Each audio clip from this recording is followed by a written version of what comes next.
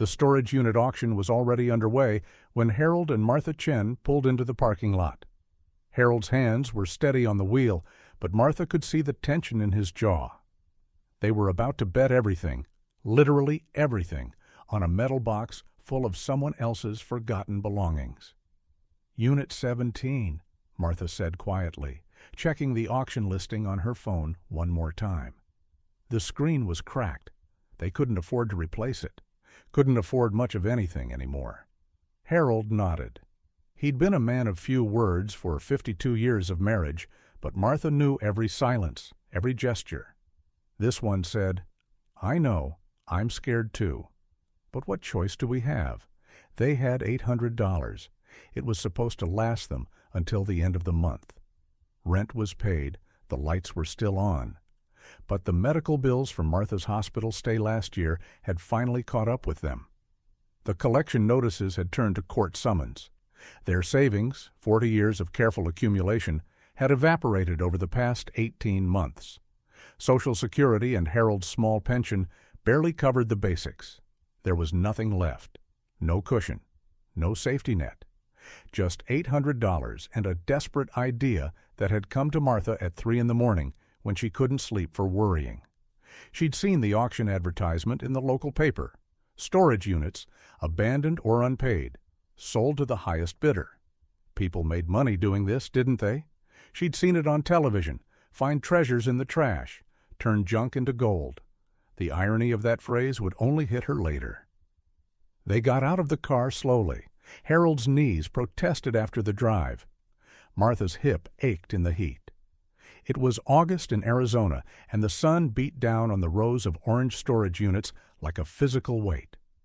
Other bidders were already gathered, younger people mostly, with cargo vans and confident postures. Professional pickers who knew what they were doing.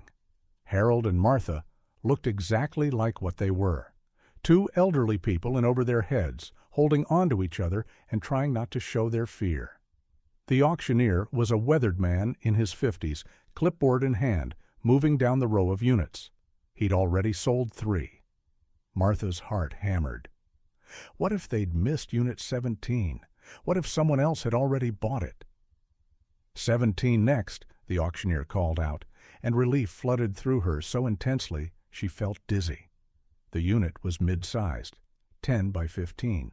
The door rolled up with a metallic screech, and everyone pressed forward to look. You couldn't enter, couldn't touch, just had to peer into the darkness and guess what might be valuable in the jumbled mess inside. Martha squinted.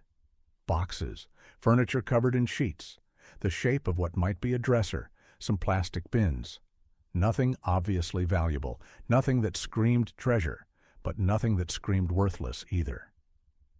It was the kind of unit that could go, either way, the kind that made her stomach clench with possibility and terror. "All right, folks, Unit 17, the auctioneer announced. "Unpaid for 6 months, contents as is. Start me at $50. "50, someone called immediately. A young man with a van and a bored expression. "75, another voice. Harold's hand found Martha's. His palm was rough from decades of construction work, warm despite the heat. She squeezed back. 100, a woman in the front called out. The bidding climbed. 150, 200, 300. Each jump made Martha's chest tighter. They couldn't go too high. They had 800 total, and they'd need money left over to actually haul away whatever they bought, to rent a truck, to sort through it, to live on until they could sell anything valuable. At 500, half the bidders dropped out. At 600, only 3 remained. The young man with the van, an older woman who looked like she knew what she was doing, and Harold and Martha. 650, the woman said, her voice confident. Harold looked at Martha. This was it. The moment. Go higher and risk everything, or walk away and face the collection agencies with nothing. She saw her own fear reflected in his eyes. 52 years together. They'd weathered so much. His layoffs, her cancer scare 20 years ago, the death of their son in a car accident when he was just 30. They'd survived. They'd held on. But this felt different. This felt like the edge of something they might not come back from. Martha nodded, just slightly, but it was enough. 700, Harold said. His voice carried across the parking lot, steady and clear, the voice of a man who'd spent his life making decisions and living with them. The young man shook his head and stepped back. The woman studied them for a long moment. Martha could see her calculating. 2 elderly people, clearly desperate. How high would they go? 750, the woman said. Martha's hand tightened on Harold's. That left them $50. $50 to rent a truck, to buy gas, to feed themselves until they could sell something. It wasn't enough. But walking away meant going home to face the inevitable, the court judgment, the garnished Social Security, the possibility of losing their apartment. 800, Martha heard herself say. Her voice shook, but the words were clear. The parking lot went quiet. The auctioneer looked at the other woman. She was frowning, studying the unit again, weighing whether it was worth going higher against 2 people who were clearly all in. She shook her head.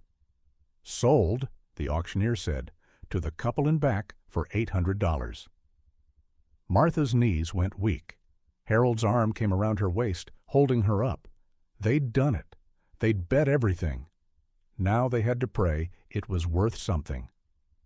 The paperwork took 20 minutes. Martha's hands shook as she counted out the bills, 4 20s and the rest in smaller, denominations that felt pathetic as she handed them over. The auctioneer gave them a receipt and a key. The unit was theirs. They had 48 hours to empty it. When everyone else had driven away, the professionals off to their next auction, their vans full of profitable junk. Harold and Martha stood alone in front of Unit 17. The door was closed again. Locked. Theirs. We'll need a truck, Harold said quietly. Martha nodded. Their neighbor Tom had a pickup. He owed Harold a favor from last year when Harold had fixed his fence. She pulled out her phone, the cracked screen catching the sunlight, and made the call. Tom said yes immediately, said he'd be there in an hour. Didn't ask questions, though Martha could hear the curiosity in his voice. They waited in the car with the air conditioning running. Couldn't afford to waste gas, but the heat was dangerous at their age. Martha watched the storage facility in the rearview mirror. Other people came and went, lives in boxes, possessions abandoned when the money ran out, or the person died, or life just became too complicated to hold on to things anymore. What if there's nothing? She asked quietly. Harold was silent for a moment. Then we tried. That's more than giving up. It was the most he'd said all day. Martha felt tears prick her eyes. 52 years, and he could still surprise her with exactly the right words. Tom arrived with the truck and 2 of his teenage grandsons. Figured you could use the help, he said gruffly, not quite meeting their eyes. Martha realized he knew. Somehow he knew they were desperate. The whole neighborhood probably knew. They'd been so careful, so proud, but poverty has a way of showing through the cracks. Thank you, she managed. They opened the unit. The smell hit first, dust and heat and the particular mustiness of things left too long in the dark. The grandsons, bless them, didn't complain. They started hauling boxes out into the sunlight, stacking them in the truck bed. Harold and Martha sorted through what came out, looking for anything obviously valuable. The first hour was discouraging. Old clothes, paperback books with yellowed pages, kitchen items, dishes, pots, pans, nothing special. A lamp with a broken cord, framed pictures of people they didn't know, lives they couldn't imagine. Someone's entire existence reduced to junk. This dresser's solid wood, Tom noted, running his hand over a piece of furniture. Might get $50, $75 for it. $50? Martha's heart sank. They'd spent $800, but they kept going. In the second hour, they found some tools, Good ones, professional grade. Harold's face brightened slightly. "These are worth something," he said. "Maybe 200-300 for the lot?" "Better? Still not enough. Not nearly enough?" The boxes kept coming. More clothes, some old toys, a box of vinyl records that Tom's grandsons got excited about. Apparently vinyl was back in scarce fashion. "Might be worth a couple hundred," one of them said, scrolling through his phone to check prices. "So far, maybe $500 total, if they were lucky. If they could find buyers. If everything sold. They'd lost $300, plus whatever the truck rental would have cost if Tom wasn't doing them a favor. Plus the time. Plus the hope." Martha felt something inside her start to crack. This was it. This was how it ended. Not with some dramatic disaster, but with a storage unit full of someone else's ordinary life, worth just slightly less than they'd paid for the chance to see inside. "There's more in the back," one of the grandsons called. "Looks like some plastic bins. Pretty heavy." They were industrial storage containers, the kind with locking lids. 6 of them, stacked in the very back corner of the unit, hidden behind the furniture and boxes. They'd almost missed them in the shadows. Harold and Tom hauled the first one out into the sunlight. The lid was sealed tight, but not locked. Harold pried it open. Inside, wrapped in old towels and newspaper, were things. Small things. Metal things.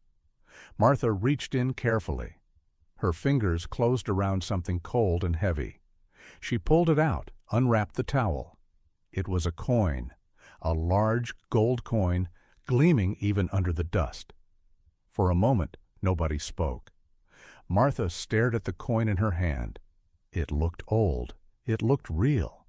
It looked like— "Is that gold?" Tom asked, his voice strange. Harold opened another towel. More coins.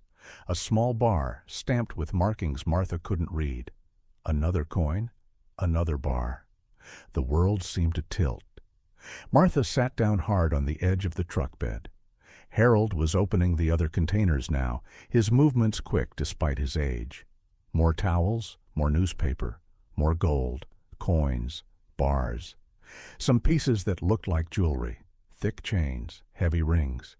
All of it gold, all of it real, or at least looking real enough to make Martha's hands shake so badly she had to set the coin down before she dropped it. "Holy," Tom breathed. His grandsons had gone silent, eyes wide. There were 6 containers, all of them full. Not completely full. There was packing material, careful wrapping, but full enough. Full of gold. Gold that someone had hidden here, stored here, abandoned here. Or maybe not abandoned. Maybe they'd died.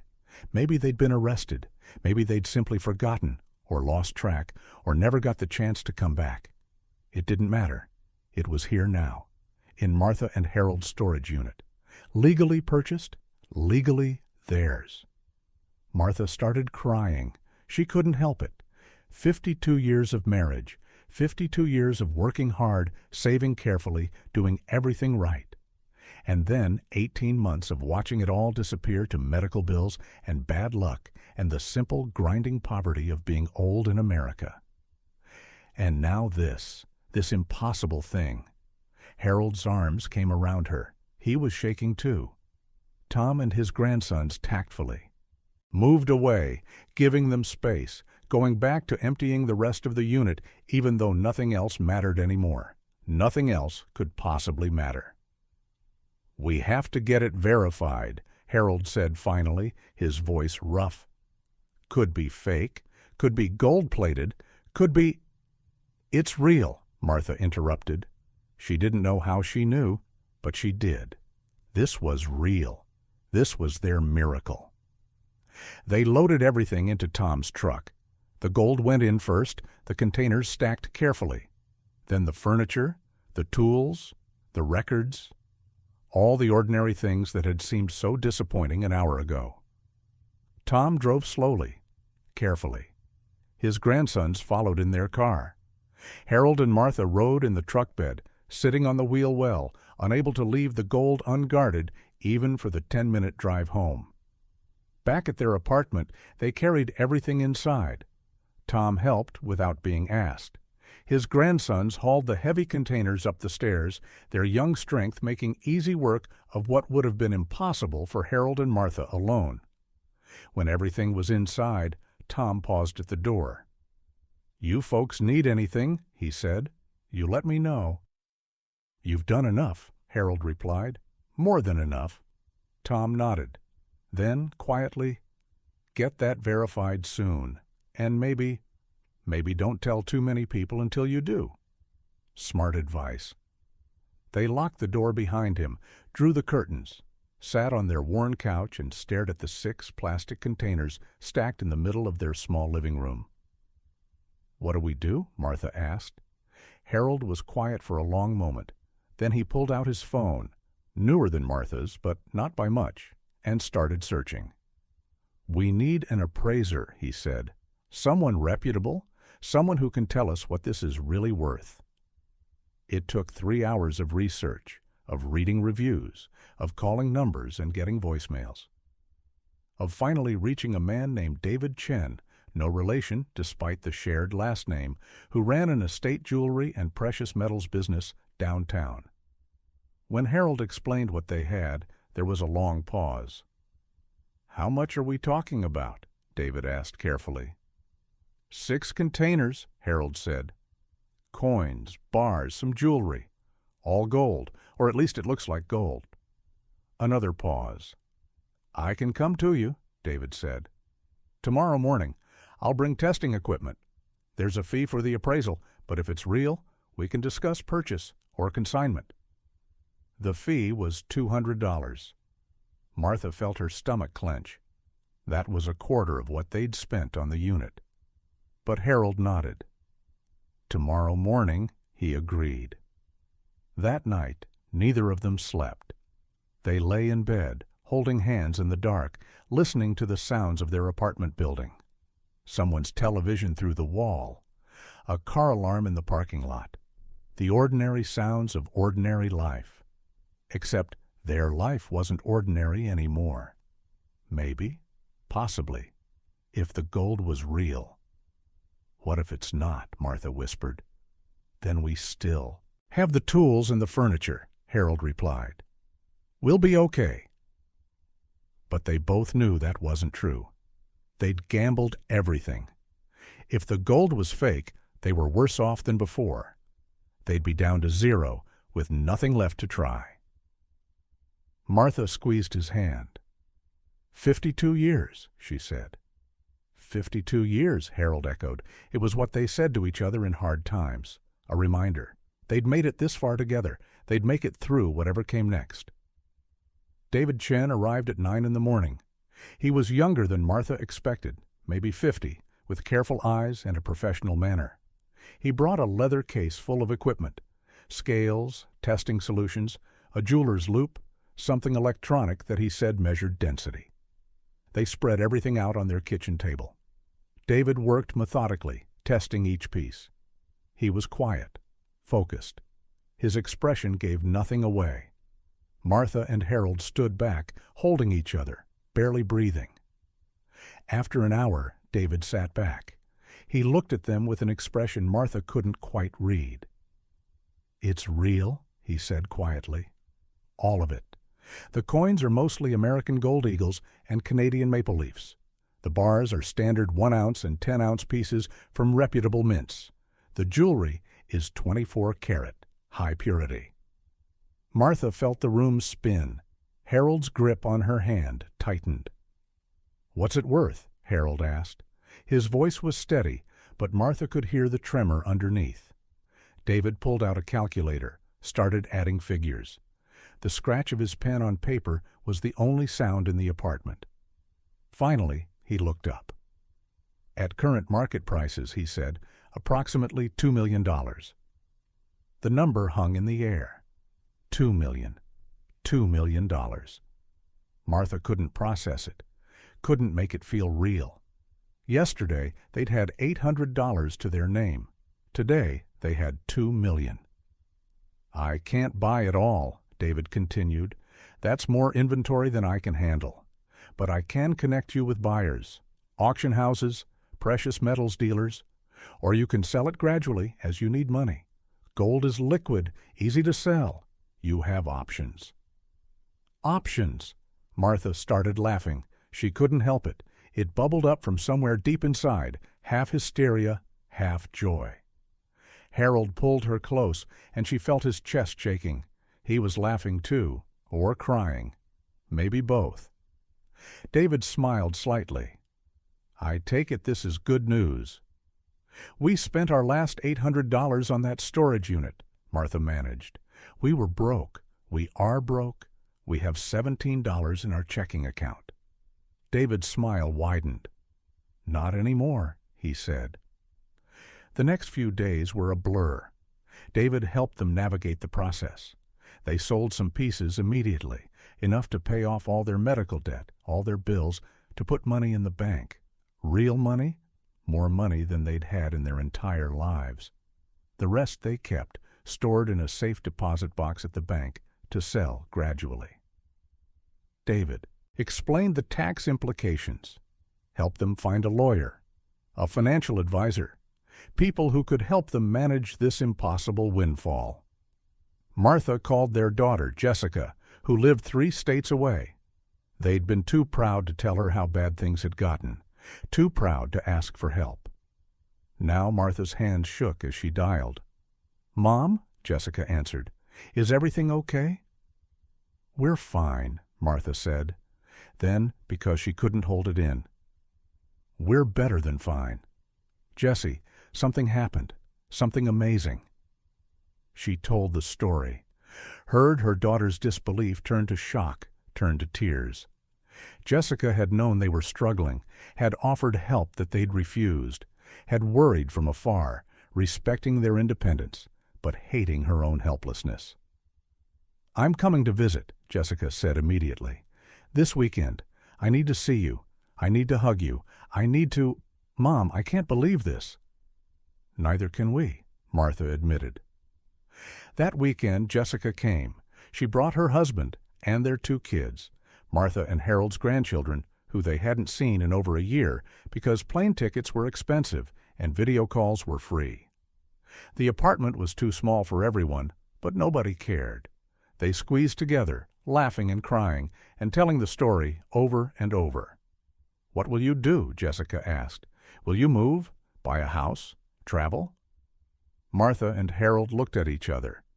They'd been talking about it, lying awake at night, imagining possibilities that had seemed impossible just days ago. "We're going to stay here," Harold said. "This is our home, our neighborhood, our people." "But we're going to help some folks," Martha added. "Tom next door, others in the building, people who helped us when we had nothing, people who are where we were." "And we're going to set up college funds," Harold continued, "for the grandkids, so they don't have to worry." "And maybe take a trip," Martha said, squeezing his hand. "We've never been to Hawaii, always wanted to go." Jessica was crying again. "You deserve this," she said. "You deserve all of it." Later, after Jessica and her family had gone back to their hotel, Martha and Harold had offered to pay for it, still getting used to being able to say those words. The 2 of them sat on their couch. The same worn couch they'd had for 15 years. The same small apartment with its thin walls and creaky floors. "Should we move?" Martha asked quietly. "We could afford something nicer now." Harold thought about it. "Maybe," he said. "Eventually. But this place, we've been happy here, even when we were broke, even when things were hard." Martha nodded. Happiness wasn't about money. They'd known that before. They knew it even better now. The gold hadn't made them happy. It had just removed the fear. The grinding, constant fear of not having enough, of losing everything, of being a burden. "I keep thinking about the person who owned that unit," Martha said. "Who were they? Why did they have all that gold? What happened to them?" Harold shrugged. "Maybe we'll never know. maybe it doesn't matter. But it did matter in a way. Someone had accumulated that wealth, had hidden it, had lost it, or left it, or died before they could retrieve it. Their loss had become Martha and Harold's salvation. There was something profound in that, something that made Martha think about the strange ways life moved, how one person's ending could be another person's beginning. The next week they paid off every bill, every debt, the medical collections, the credit cards they'd maxed out trying to stay afloat, the small loan from the bank. They wrote checks, actual paper checks, and put them in the mail. Each one felt like lifting a weight, like breathing easier. They went to see Tom, knocked on his door with an envelope. When he opened it, they handed it to him. "What's this?" he asked. "Payment," Harold said. "For the truck, for the help, for being a good neighbor." Tom opened the envelope. Inside was a check for $5,000. His eyes went wide. "I can't take this." "You can," Martha said firmly. "You helped us when we had nothing. Now we're helping you. That's how it works." Tom's eyes filled with tears. He tried to speak, couldn't, just pulled them both into a hug. Later, they learned he'd been behind on his mortgage, about to lose the house he'd lived in for 30 years. The money saved him, just like the gold had saved them. They helped others, too. Quietly. An envelope under a door, a check in the mail. The single mother upstairs who worked 2 jobs. The elderly veteran down the hall who ate ramen because his pension didn't stretch far enough. The young couple with a new baby and medical bills piling up. They didn't make a show of it. Didn't want attention or gratitude. Just wanted to pass on the miracle they'd received. 3 months after the auction, Martha and Harold stood on a beach in Maui. The sand was warm under their feet. The ocean stretched out forever, impossibly blue. They'd never seen anything like it, never imagined they would. "We did it," Martha said softly. Harold's arm came around her waist. "We took a chance. We bet everything. We won." They stood there for a long time, watching the waves. 2 elderly people who'd been broke and desperate and terrified, who'd spent their last $800 on a gamble, who'd found $2 million in gold in a storage unit full of someone else's forgotten life. It wasn't just about the money. It was about the possibility, the reminder that life could surprise you, that it was never too late for things to change, that sometimes when you had nothing left to lose, the universe might just give you everything.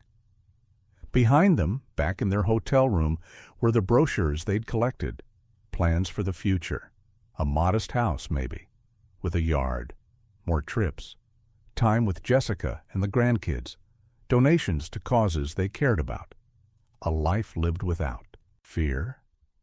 But for now, they just stood on the beach, holding each other, grateful, amazed, still processing the impossible thing that had happened to them.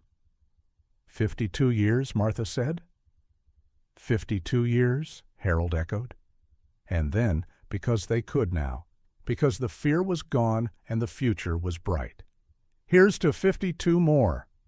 The waves rolled in, the sun shone down. And 2 people who'd bet everything on a storage unit full of junk stood together on a beach in Hawaii, holding hands, living proof that sometimes, just sometimes, the gamble pays off in ways you never imagined possible.